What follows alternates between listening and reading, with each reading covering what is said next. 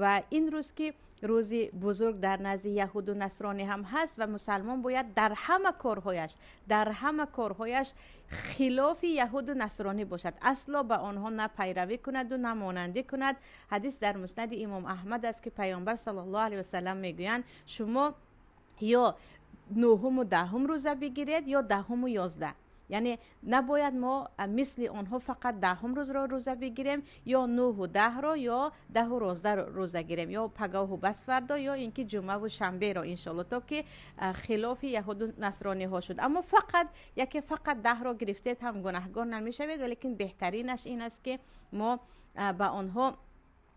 یعنی مثل آنها نباشیم و یک روز پیشو یا اینکه خودی جمعه و یک روز بعدش رو روزه گیریم. پس این روزها چه خیلی گفتم روزهای عادی نیست، روزهایی هست که وقتی که به خاطر پروردگار خالصانه روزه